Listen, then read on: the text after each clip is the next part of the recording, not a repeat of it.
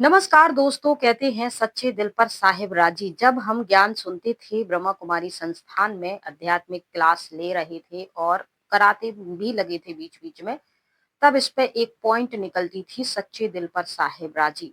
और उसका विस्तार से हमको समझाया जाता था कि ये बात भगवान इसलिए कहते हैं, आप छोटे हैं, नए हैं, आपने कोई गलती नहीं की है, लेकिन आपको फंसाया जा रहा है या लोग गुमराह कर रहे हैं, आपकी बात को मान नहीं रहे हैं, तो आप भगवान के ऊपर सब कुछ छोड़ दीजिए।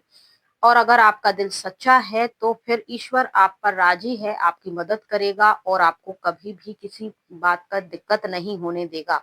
तो इस तरीके से बताते थे।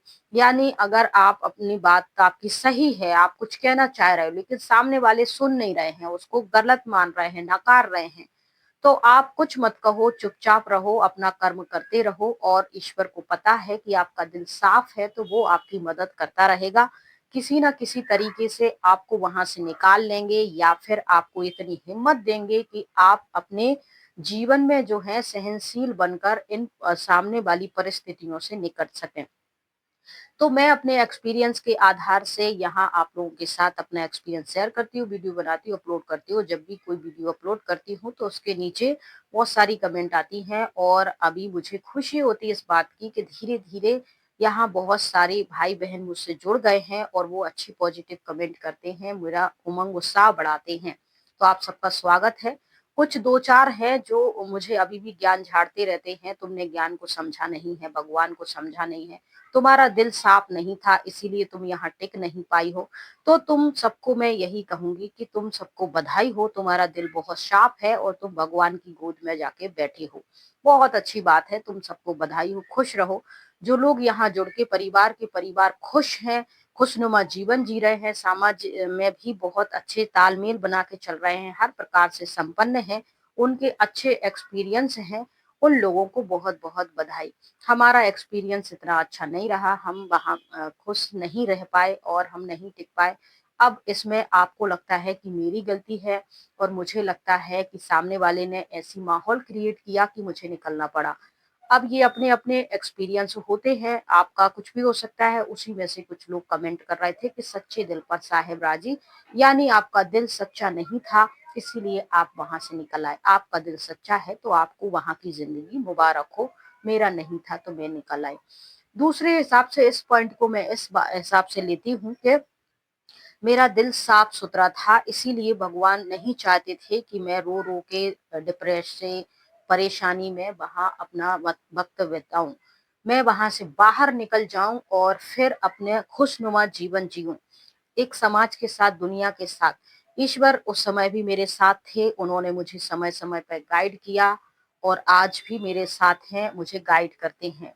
मैं बहुत ज़्यादा अध्ययन नहीं करी हूँ, मैंने वहीं जो कुछ सीखा था ज्ञान का, योग का, मेडिटेशन का, वेद शास्त्रों से संबंधित जो भी बातें मुरली की, 7 डेज़ कोर्स की और क्लासेस भट्टियाँ वगैरह की, जो भी मुझे ट्रेनिंग वगैरह में सुनाई गई थी चीज़ें, बस उतना ही मुझे आता है और उनमें ही मुझे क्वेश्चन आते हैं और इसके अलावा जब मैं लोगों से मिलती थी, उनसे ज्ञान चर्चा करती थी इस बारे में, तब उनके जो सवाल रहते थे वो सब कुछ इतना ही मुझे और यही एक्सपीरियंस मैं आप लोगों के साथ शेयर करती हूँ।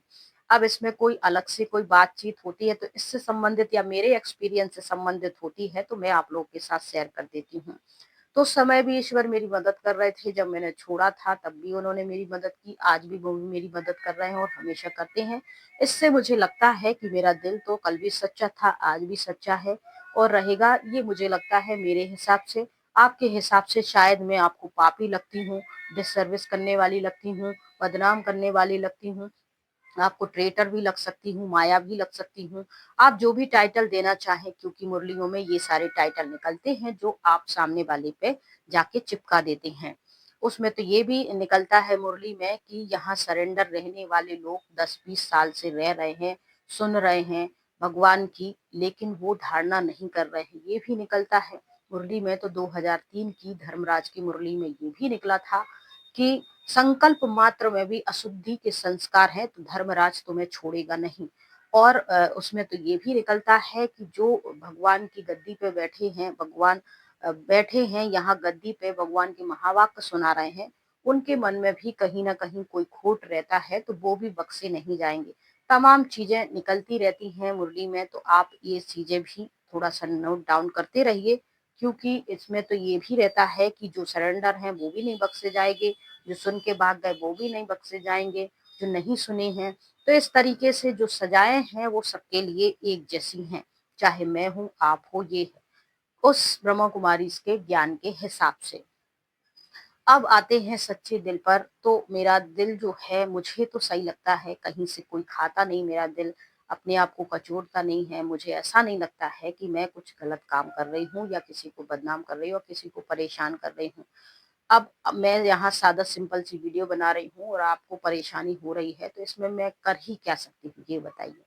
आप भी बहुत सारे चीज़ें हैं जो आते हो, कहते हो, मुझे बोलते हो, धमकाते हो, डराते हो, कमेंट करते हो, ये महाशय तो इतने थे, उन्होंने इतनी ज़्यादा कमेंट की, मैं तुम्हें वार्निंग दे रहा हूँ, समझा रहा हूँ, मान जाओ नहीं तो तुम्हारा ऐसा कर देंगे। मैंने कहा उनको ब्लॉक ही कर दिया है कि भई तुम्हें जो दिखाए सो तुम करो, लेकिन यहाँ आके पंचायत मत करो, जो तुम्हें मन में आए सो करो, कोई दिक्कत नहीं है। अब ये लोग कौन हैं, कैसे हैं, क्या हैं, मुझे इसका कुछ पता नहीं है। क्योंकि सोशल मीडिया इंटरनेट का ज़माना है, यहाँ कौन सच्चा है, कौन झूठा है, आजकल तो एआई भी निकल आई है। एआई का इस्तेमाल करके भी लोग कुछ भी आईडी वाईडी अपनी बना लेते हैं, फेक आईडी। और ये जो कमेंट करने वाले होते हैं, इनका ना तो ओरिजिनल आईडी होता है, ना ओरिजिनल कोई नाम होता है, ऐसे ही कोई फेक तस्वीर, फेक नाम ऐसे ही कुछ लगाए रहते हैं। कुछ उस तरफ से बोलते हैं गलतफ़हमियाँ पैदा करने के हिसाब से। मुझे इतना तो मुझे थोड़ा बहुत समझ में आता है, इतनी ही पागल नहीं हूँ जितना तुम समझते हो। और तुम्हारी समझ अपनी है, जितना जो समझना है तो समझ सकते हो, कोई बात नहीं है। मेरा दिल कल भी सच्चा था, आज भी सच्चा है और हमेशा रहेगा। परमात्मा की मदद मुझे कल भी मिल रही थी, आज भी मिल रही है और हमेशा मिलती रहेगी। और कुछ लोगों ने कहा था कि क्या तुम भगवान शिव को मानती हो? तो मैं जब ब्रह्मा कुमारी से नहीं जुड़ी थी, अपने घर पे रहती थी, छोटी-सी बच्ची थी, तब भी मैं सोमवार का व्रत करती थी, महाकाल भूतेश्वर मंदिर भी जाती थी और शिव को मानती थी, आज भी मानती हूँ और मैं हमेशा मानती रहती हूँ, कालों के काल हैं, महामृत्युंजय के बारे में भी मैं पूजा पाठ करती हूँ, उन्हें ही मानती हूँ, कालों का काल, काल के पंजों से छुड़ाने वाले, हर तरीके से। और यही वजह रही कि मैं ब्रह्मा कुमारी संस्थान में सरेंडर हो गई थी शिव के कारण कि मुझे शिव भगवान मिल रहा है, जिनकी मैं भक्ति करती, पूजा पाठ करती, जिनको ढूँढ रही थी। लेकिन फिर लोग कहते हैं ऐसा क्या हुआ? फिर मुझे कुछ ऐसी बातें लगी कि अगर शिव भगवान आए हैं यहाँ पे, परमात्मा आए हैं, तो ये जो वीआईपी कल्चर है, ये सीनियर जूनियर वाला कल्चर है, ये सारी चीज़ें नहीं होनी चाहिए। ये जो भेदभाव है, ये तो ईश्वर नहीं कर सकते हैं।